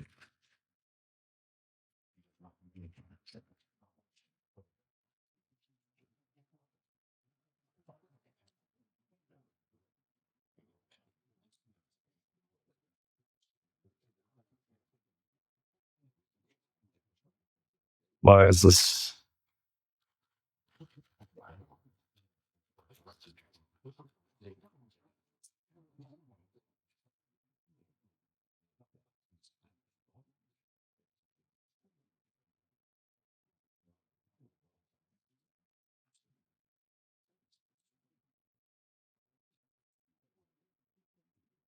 All right. So if this works the way that I think it will, um,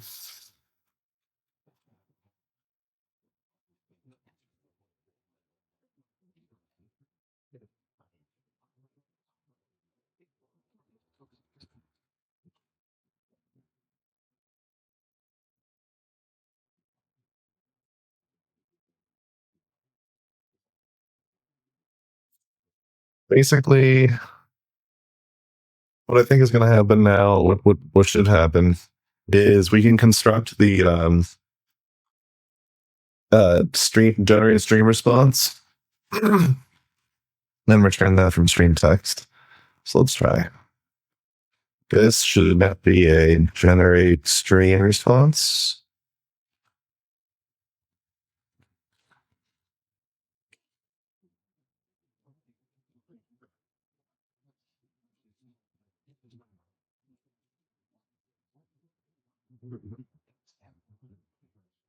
Um,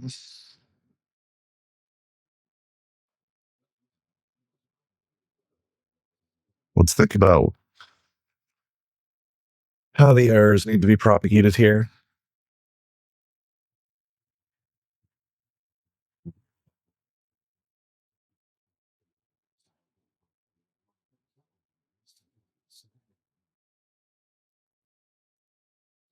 Well, let's go to stream text, the implementation. So right now, this returns like a stream straight up because we unwrap it.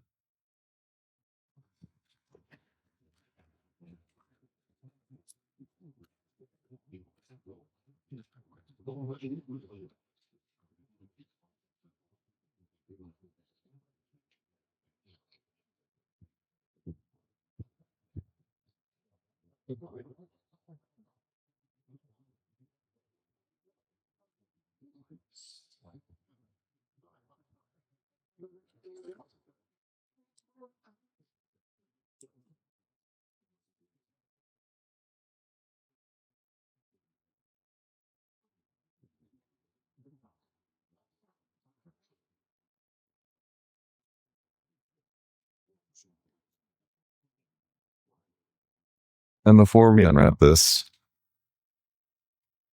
what does this fact look like?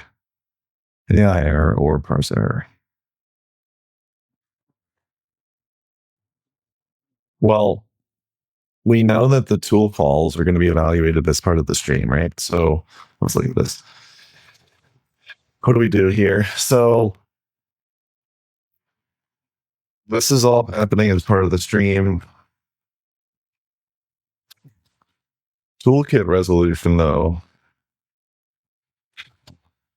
happens here.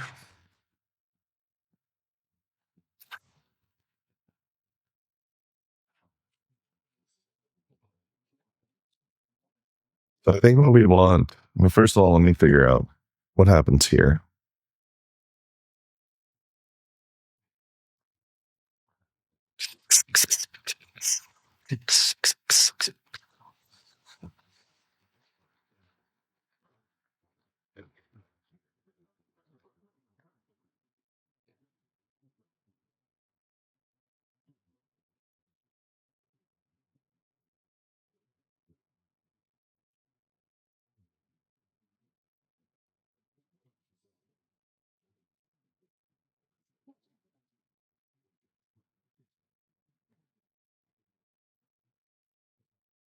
The reason why I'm doing this is because we need two separate error extractors here.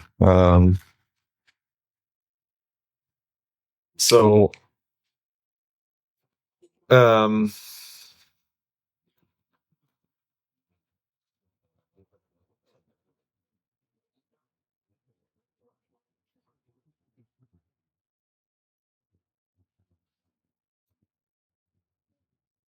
this is wrong.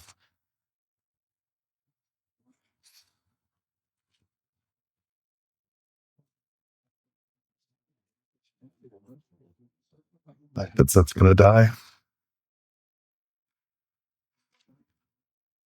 Well, that's how we'll know when we're done with our stream, right? When my headset dies.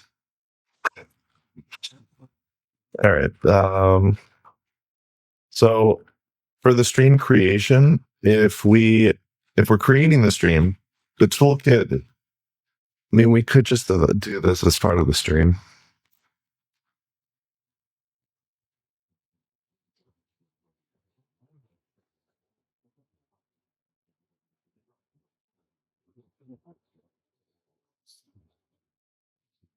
Yeah, screw this. I'm going to do this as part of the stream.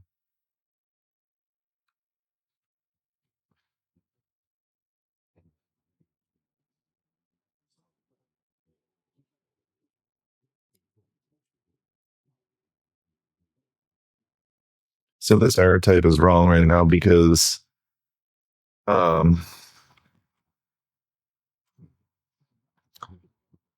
if tool call resolution is disabled, but we still have an effectful toolkit here, this still gets evaluated.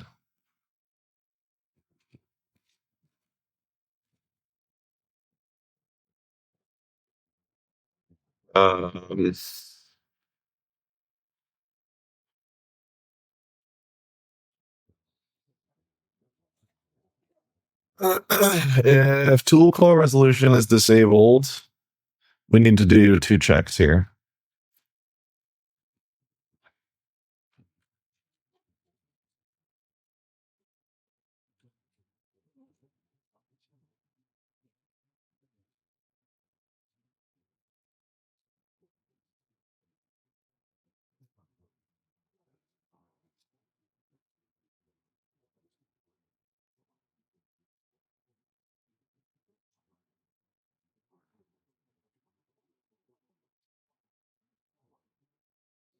So basically, if tool call resolution is disabled, but we have a toolkit that's being constructed by an effect, we have to include the error for tool construction in here. Otherwise, we can just include to the AI error. And if we go back to stream text,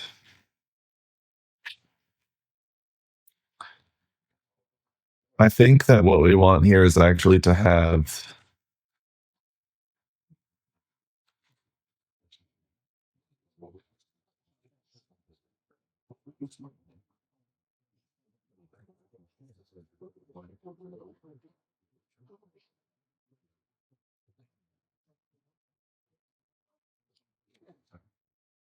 I think we want this whole effect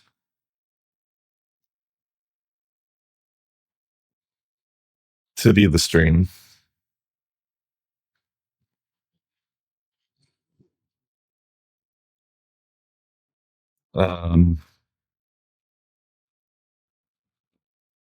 So this is going to become a generate string response tools.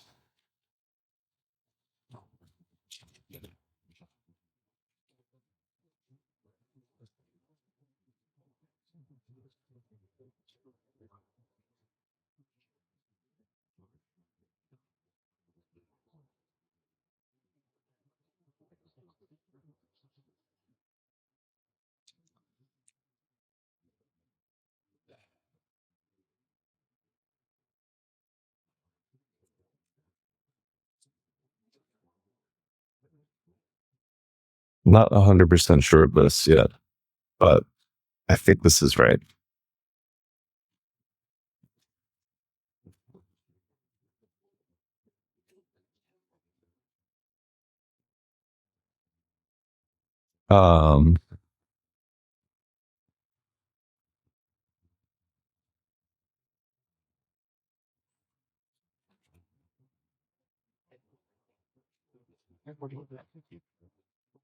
Basically everything that's happening in here, all of this needs to go in a generator.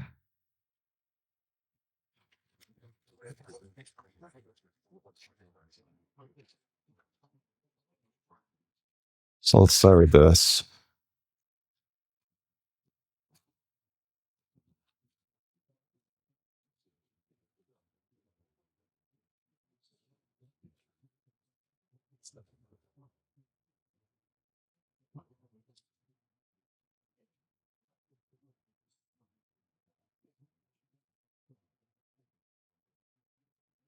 And then this piece.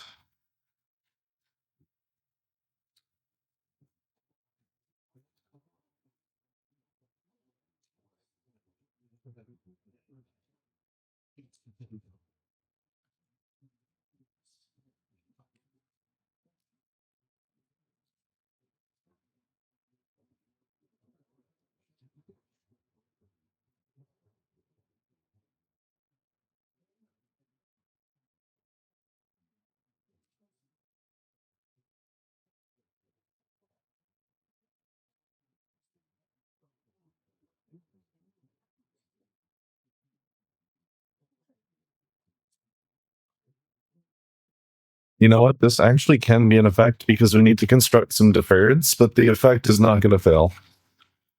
So it's going to be an effect of generate string response where the effect can't fail, which means we can go back to this.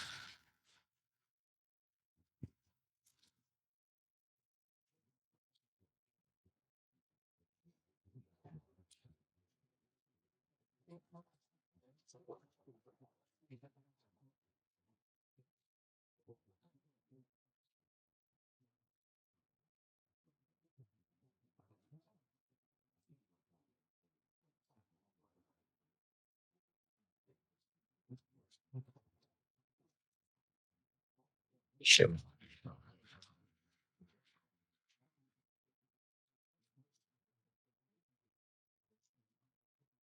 This will be options. And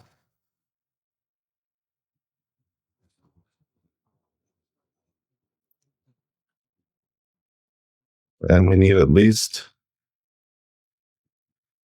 this. Sorry, wait. This in the generic here. And then this.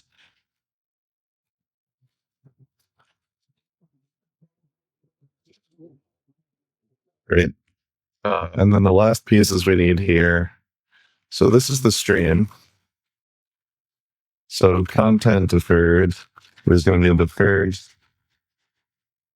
array of response.stream part tools AI error.